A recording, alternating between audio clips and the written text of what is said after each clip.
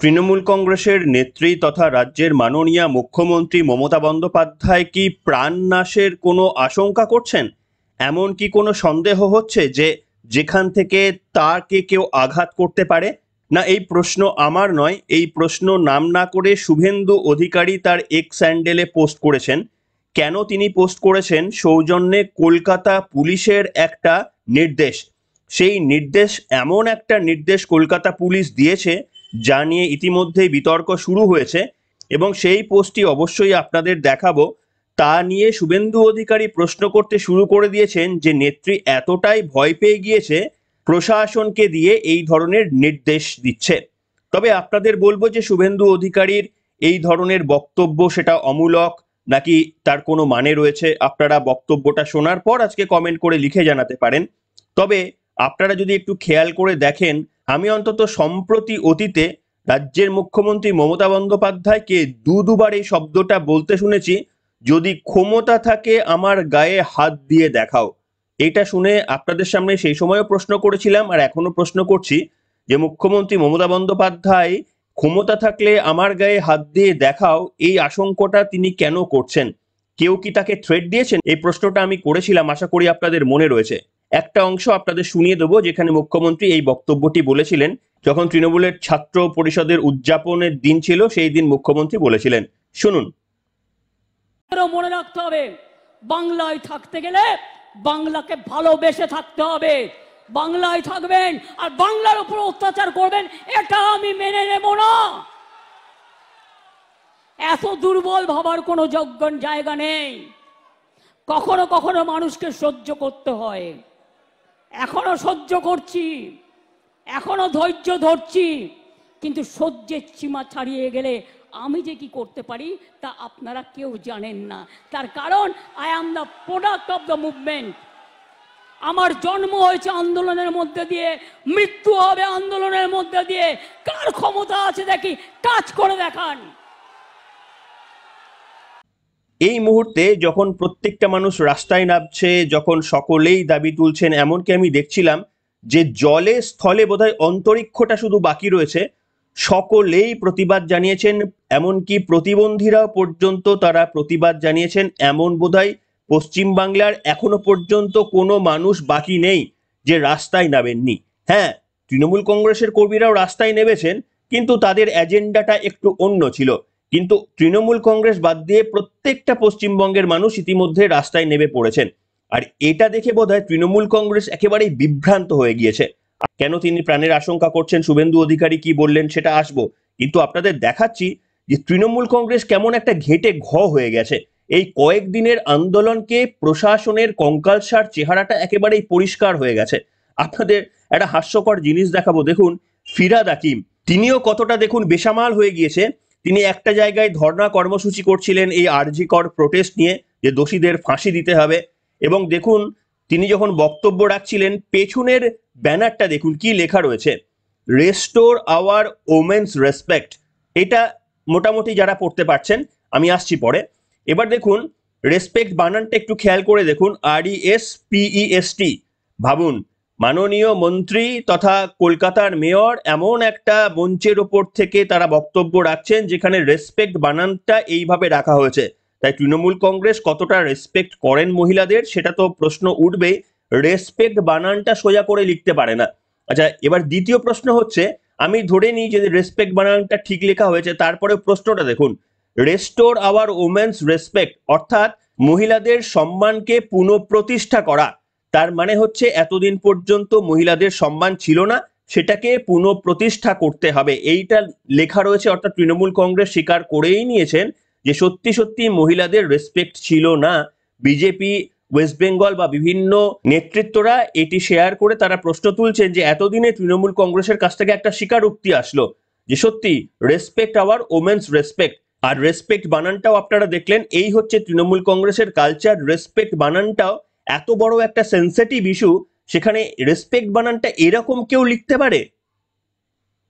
যাই হোক, এটা গেল একটা। আসুন আপনাদের পর পর দেখাবো, হয়তো আপনারা নিজেরাও মনে মনে হাসবেন আর ভাববেন এই শাসক দলকে যাদের এতটা স্ট্রং মনে হতো তাদের এই কঙ্কালসার দশা দেখে হয়তো আপনারাও হাসবেন। আসুন আরো একটা জিনিস দেখায়। কি লেখা রয়েছে দেখুন। সিভিক ভলেন্টিয়ারদের দাপাদাপির খবর তো আপনাদের দেখিয়েছি। দেখুন আনন্দবাজার পত্রিকায় কি ছাপা হয়েছে। মদ্যপ্য সিভিকদের বসিয়ে দেওয়ার নির্দেশ, ডিউটিতে মত্ত অবস্থায় ধরা পড়লেও ব্যবস্থার পথে লাল বাজার। ভাবুন, প্রশাসন এখন সিদ্ধান্ত নিচ্ছে যে ডিউটিতে মত্ত অবস্থায় ধরা পড়লে নাকি ব্যবস্থা নেওয়া হবে। তার মানে এতদিন পর্যন্ত ডিউটিতে মদ্যপ অবস্থায় থাকলেও লালবাজার ব্যবস্থা নিত না, এটাই কিন্তু প্রকাশ্যে আসছে। তার মানে ওই প্রথম ঘটনাটার মতো করেই কিন্তু দেখুন আরো একবার প্রকাশ্যে আসছে। অর্থাৎ এই আরজি কর নিয়ে এরা নড়ে বসতে গিয়ে এমন এমন বক্তব্য বলছেন যেটা পরিষ্কার হয়ে যাচ্ছে এতদিন পর্যন্ত সেগুলো তারা করতেন না। এটা কোনো বলার এটা কোনো ডিসিশন নেওয়ার মতো একটা কথা যে ডিউটিতে মত্ত অবস্থায় ধরা পড়লে ব্যবস্থা? এটা তো যে কোনো, আপনি পুলিশ হওয়ার দরকার নেই, আপনি যে কোনো সংগঠিত এবং অসংগঠিত ক্ষেত্রে চাকরি যদি করেন ফুল টাইম, আপনার কোথাও ডিউটি আওয়ার্সের মধ্যে মদ্যপান করা একেবারেই অনুচিত, সেটা করা যায় না। এবং পুলিশ তো সেটা ছেড়েই দিন, পুলিশের তো একেবারেই করা যায় না। আর এতদিন পর পুলিশ বলছে এবার আমরা ব্যবস্থা নেবো, তার মানে এতদিন তাদের ব্যবস্থা নেওয়ার কোনো পরিকল্পনা ছিল না। দেখুন প্রশাসনের কঙ্কালসার চেহারাটা দেখুন। এবার আপনাদের সামনে আনবো সেই তথ্যটা, যে তথ্য থেকে শুভেন্দু অধিকারী মনে করছেন যে মমতা বন্দ্যোপাধ্যায় কি প্রাণ সংশয়ের আশঙ্কা করছেন। যদিও শুভেন্দু অধিকারী নামটা মুখে নেননি, তিনি নেত্রী হিসাবে বলেছেন, কিন্তু আপনি পোস্টটা পড়লেই পরিষ্কার বুঝতে পারবেন কেন শুভেন্দু অধিকারী এটা বলেছেন। আসুন আপনাদের দেখাবো যে প্রশাসনের তরফ থেকে কি ডিসিশন নেওয়া হয়েছে, পুলিশ প্রশাসন বা বিনীত গোয়েলের তরফ থেকে। দেখুন একটা সংবাদের শিরোনাম দেখাচ্ছি, বিনীত গোয়েল 6 মাসের জন্য এই জিনিস নিয়ে কলকাতায় ঢোকা যাবে না, নির্দেশিকা জারি। কি লেখা রয়েছে প্রথম স্ট্যান্ডার্ডটা আপনাদের সামনে পড়ে দিই। অস্ত্র বা হাতিয়ার নিয়ে এবার কড়াকড়ি, শহর ও শহরতলির মধ্যে নিষেধাজ্ঞা জারি করলো কলকাতা পুলিশ। লাঠি থেকে বোমা সমস্ত আক্রমণাত্মক অস্ত্রে নিষেধাজ্ঞা জারি করলো কলকাতা পুলিশ। 1 সেপ্টেম্বর থেকে 28 ফেব্রুয়ারি অর্থাৎ 6 মাস পর্যন্ত কলকাতা শহর এবং সংলগ্ন এলাকায় এই নিষেধাজ্ঞা জারি করা হয়েছে। কলকাতার পুলিশ সুপার বিনীত কুমার গোয়েল এই সংক্রান্ত নির্দেশিকা জারি করেছেন। বাহ, খুব ভালো ব্যাপার। বুঝতে পারছেন 6 মাসের জন্য, অর্থাৎ 1 সেপ্টেম্বর পড়ে গিয়েছে। 1 সেপ্টেম্বর থেকে আগামী 6 মাস 28 ফেব্রুয়ারি পর্যন্ত আপনি মনে রাখবেন কিন্তু আপনারা যে কেউ কিন্তু লাঠি সোটা বোম বন্দুক তরোয়াল নিয়ে কলকাতার কাছাকাছি ঢোকার চেষ্টা করবেন না। কিরকম হাস্যকর না, আপনারা নিশ্চিতভাবে বুঝতেই পেরে গিয়েছেন। তার মানে এই নির্দেশিকা আসার আগে কি কলকাতার মধ্যে ওই লাঠি সোটা বোম বন্দুক নিয়ে আসাটা মানে লিগাল ছিল, আসা যেত?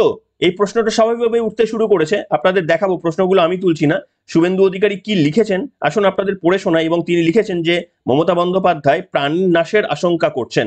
দেখুন, haven't seen more weird information lately. CP Kolkata Mr. Binit Goel is prohibiting carrying of swords, spears, bludgeons, guns or other offensive weapons in public place in the town of Calcutta and adjacent suburbs for the period of 6 months from 1st September 2024 to 28 February 2025. অর্থাৎ যেটা আপনাদের বললাম বাংলায় যে এই 6 মাসের জন্য কোনো কিছু নিয়ে ঢোকা যাবে না, এটা বিনীত গোয়েল ইমপ্লাই করেছেন, নির্দেশিকা দিয়েছেন, সেটা শুভেন্দু অধিকারী ফার্স্ট লাইনে বলেছেন। এবার আপনাদের দেখায় শুভেন্দু অধিকারী দুটো প্রশ্ন করেছেন। প্রথম প্রশ্ন, question number 1, before this notification was the carrying of swords, spears, bludgeons, guns or other offensive weapons in the public place in the town of Calcutta legal? If no, then why this sudden notification? অর্থাৎ শুভেন্দু অধিকারী খুব স্বাভাবিকভাবে প্রশ্ন তুলেছেন যে তাহলে কি এই নোটিফিকেশনটা বেরোনোর আগে 1 সেপ্টেম্বরের আগে কলকাতা এবং সংলগ্ন এলাকাতে অস্ত্র শস্ত্র ওয়েপন, অস্ত্র বোম বন্দুক তরোয়াল নিয়ে কলকাতায় আসাটা তাহলে এতদিন পর্যন্ত লিগাল ছিল? যদি না থাকে তাহলে নতুন করে এইটা ইম্পোজ করতে হলো কেন? এটা প্রথম প্রশ্ন শুভেন্দু অধিকারী। শুভেন্দু অধিকারীর দ্বিতীয় প্রশ্ন হচ্ছে, after 28 February 2025 will carrying of sword, spear, bludgeon, guns or other offensive weapons in the public place in the town of Calcutta become legal? Second প্রশ্নটা তিনি করছেন 28 ফেব্রুয়ারি 2025 এর পর কি তাহলে যদি কেউ কলকাতার মধ্যে অস্ত্র বোম বন্দুক এই সমস্ত নিয়ে কলকাতায় প্রবেশ করে তাহলে সেটা লিগাল? আসলে তিনি যেটা প্রশ্ন করেছেন যে কেন 6 মাসের সময়সীমা বেঁধে দেওয়া হয়েছে। আমি জানি না কলকাতা পুলিশ আবার কোনোদিন এরকম আবার নোটিফিকেশন দিয়ে দেবেন না যে এই 6 মাসের মধ্যে কলকাতা বা সংলগ্ন এলাকাতে বা পশ্চিমবঙ্গে ধর্ষণ করা নিষিদ্ধ। আমি জানি না এরকমও কোনো নোটিশ প্রশাসনের তরফ থেকে আসবে কিনা।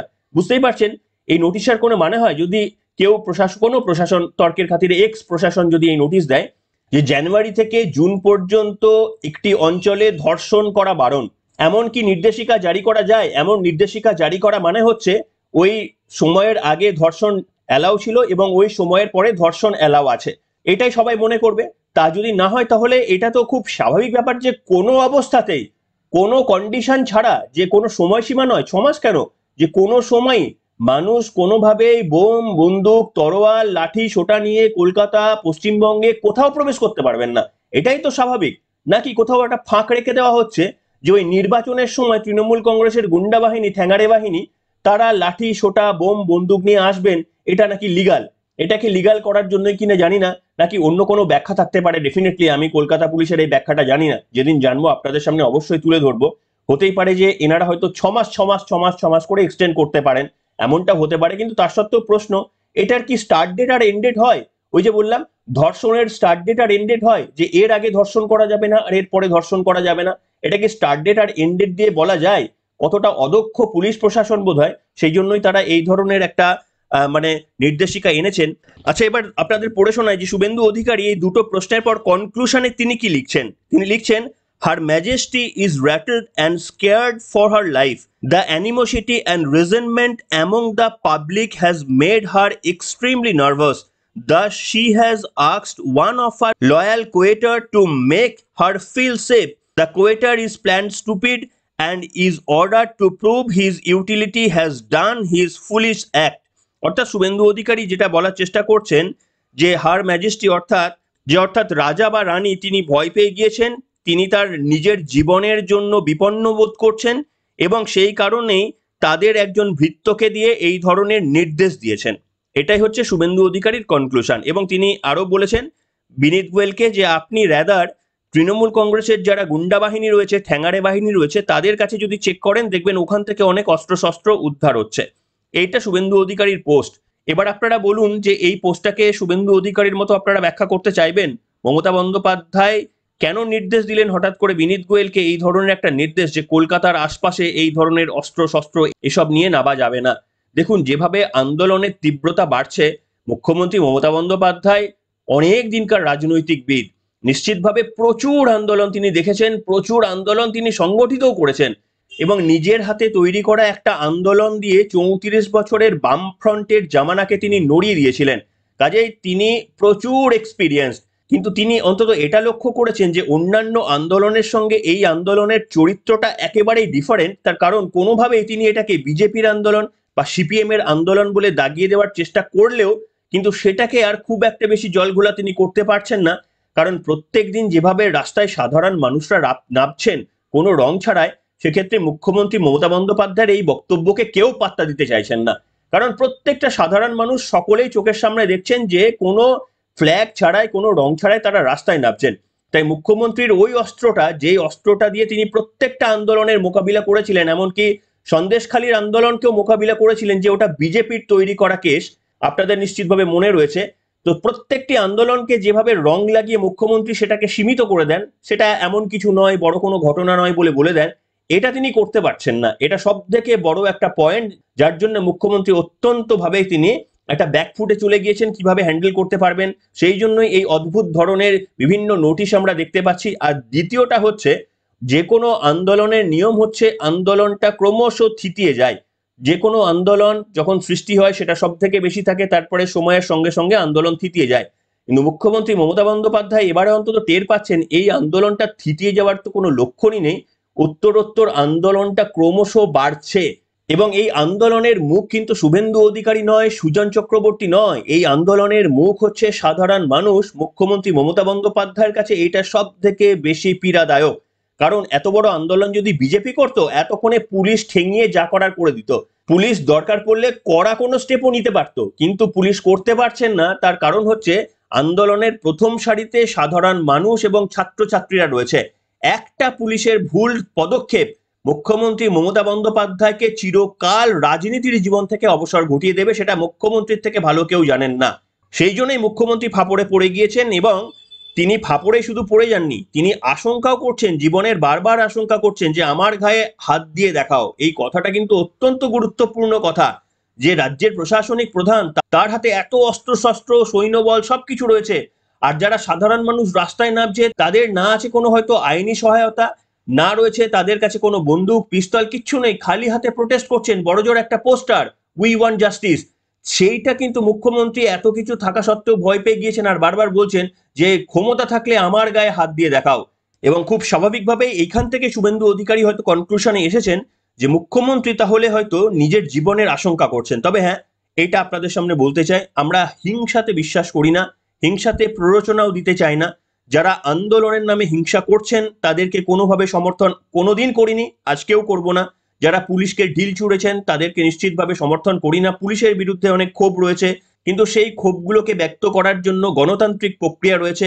পুলিশকে ইট মেরে পুলিশের চোখ নষ্ট করে এটাকে সমর্থন করি না। ঠিক তেমনি ভাবে মুখ্যমন্ত্রীরও প্রাণনাশের যারা চেষ্টা করছেন সেটাকেও কোনোভাবে সমর্থন করি না। যদি এরকম কোনো কাণ্ড ঘটে থাকে, আমাদের কাছে কোনো ইনফরমেশন নেই, আমরা জানি না, বলছি এই ধরনের হিংসাত্মক জিনিসকে কোনোভাবেই আমরা সমর্থন করি না।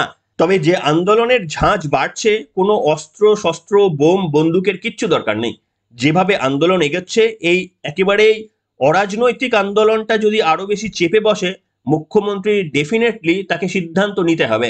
এক না একদিন তাকে সিদ্ধান্ত নিতেই হবে, এবং সেই সিদ্ধান্তটা তিনি কতটা সঠিক নিতে পারেন তার উপরে ডিপেন্ড করবেন যে তিনি আর কদিন রাজনীতির গদিতে থাকবেন। আপনারা কি মনে করেন এর পরেও কি মুখ্যমন্ত্রী ফিরে আসবেন? এর পরেও কি বাংলার মানুষ এই মমতা বন্দ্যোপাধ্যায়কে মুখ্যমন্ত্রী হিসেবে মেনে নেবেন? এটা কি সম্ভব? তৃণমূলপন্থীরা নিশ্চিতভাবে তারা মনে করবেন, তারা আজীবন মনে করবেন, কিন্তু তৃণমূল বাদ দিয়ে বাকি যারা সাধারণ মানুষরা রয়েছেন তারা কি মনে করছেন? এর পরে মমতা বন্দ্যোপাধ্যায়ের ফিরে আসা সম্ভব?